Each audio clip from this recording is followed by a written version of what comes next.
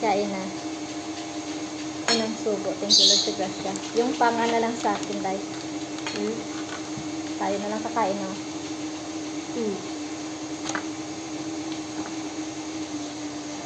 Mas pala sila, hindi. Kala ko niwan si ano.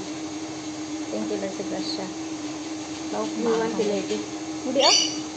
Umalis eh. Sorry, sorry, Day. Niwan siya eh, kasi pinalinis. Naglinis naman sila bago umalis eh. Kaya.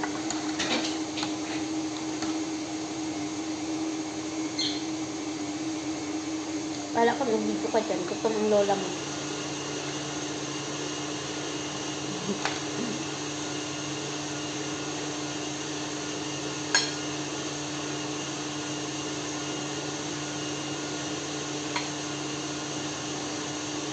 Napakpak na kasi. Dahil, ayoko niyan. Ayoko mag-isda ako.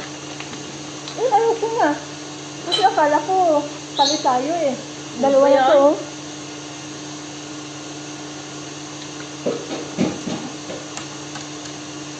Namiss ko tong isda kasi nung umuwi si Baba, hindi kami nag-isda eh.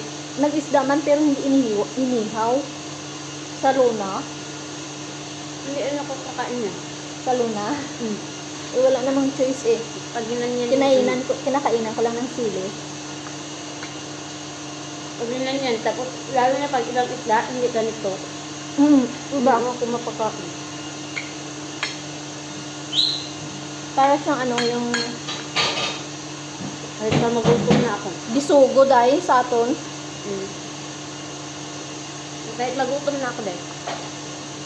Bakit? Kaya ko.